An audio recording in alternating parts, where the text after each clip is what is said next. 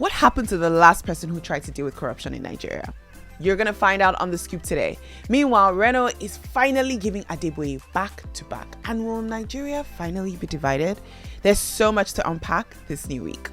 The Ooni of Ife is threatening the EFCC chairman. Maybe not. It seems as if the EFCC chairman is getting set to probe the government.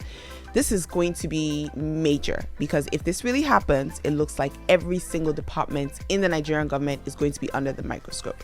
But remember, there was a time in Nigeria where a public official tried to go after the bad eggs.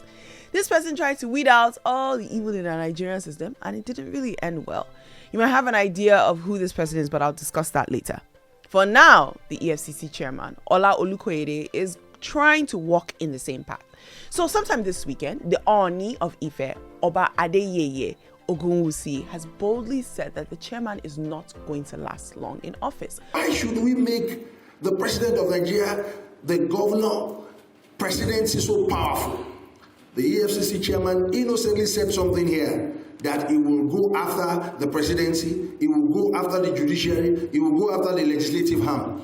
I will be praying for you. Why would the Ooni say this? Well, there's no smoke without fire, right? It seems as if the EFCC chairman is spilling the tea on his grand plan. And I admire it. He's going after the presidency, he's going after the judiciary, he's going after the legislature. In other words, he wants to investigate the rule makers who also happen to maybe be the rule breakers. Meanwhile, the Ooni has said, sir, other people tried to do it and they were not successful. So the question is, how is Olukanni going to tackle the same people who put him in power when they can easily kick him out? And that's the problem with the EFCC, right? It's not an independent body.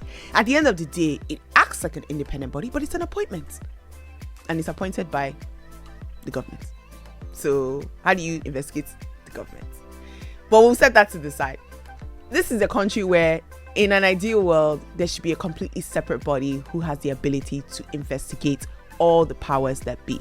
But remember, the judiciary, for instance, they limited the EFCC's reach in probing money laundering suspects. I spoke about this last week during the news.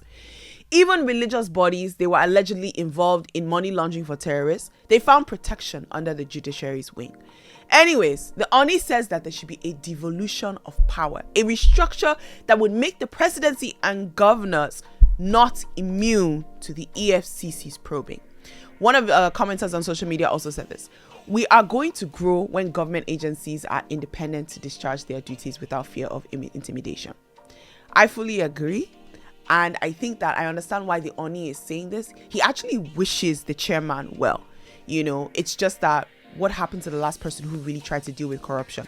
And remember I said I would come back to this and I would say, who is this person? Now, if you followed Nigeria's history very well, you're going to remember the story of late Dr. Dora Akunyili. It is a cycle when you are a person in Nigeria and you come with, you're not holding any bars, you are not corrupt, you're not taking any bribes, you're trying to cleanse the system of corruption and filth. They're going to make it very hard. I mean, Dr. Dora, there were assassination attempts on her life. Like, it was very serious. And the only reason why she was able to do what she was able to do was because she had Obasanjo's full backing. But even at that, her husband was assassinated a few years ago. How many years later? I mean, come on now. So I think the question people always ask is Nigeria really worth dying for? Anyways, what do you guys think about the message that the Ooni is passing to the EFCC chairman? Again, to clarify, the Ooni is not trying to enable or discourage the chairman. He's simply saying that a situation like this is going to take a toll on him. And you have to have a bigger picture. And you need some sort of bigger authority that is supporting you. If not, Nigeria, the powers that be, they're going to deal with you. It's just that simple. I understand the Ooni's perspective, and I truly wish the EFCC chairman all the luck. But we're not done yet. Something about prayer, Pastor Adeboye, guns, and Reno and mockery. Well, you're going to have to find out what's happening in the next video. Make sure that you click to find out what's going on.